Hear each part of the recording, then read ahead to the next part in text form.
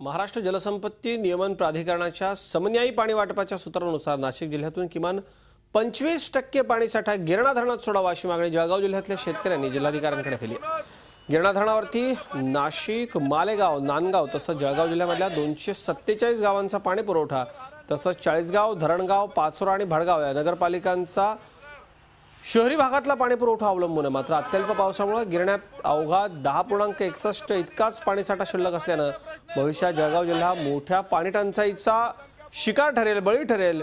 या उलट नाशिक जिल्ह्यातील चणकापूर, हरणबारी, पुनन आणि केळझर ही धरणं 100% भरली आहेत। त्यातून 25% पाणीसाठा गिरणेकडे वळवावा तर हे संकट टळू शकतं। या मागणीकरता सर्वपक्षीय लाक्षणिक आंदोलन जळगावच्या जिल्हाधिकारी कार्यालयासमोर करण्यात आलं। जळगाव जिल्ह्यातल्या 168 गावांना आणि 4 नगरपालिकांना पिण्यासाठी पाणी मिळेल का नाही, एवढा मोठा जलसंकट जळगाव जिल्ह्यावर आलेला असताना नाशिक जिल्ह्यातली गिरणा धरणाची वरची धरणं 100% भरलेले असताना 25% पाणी प्रशासनाकडनं सोडलं जात नाही।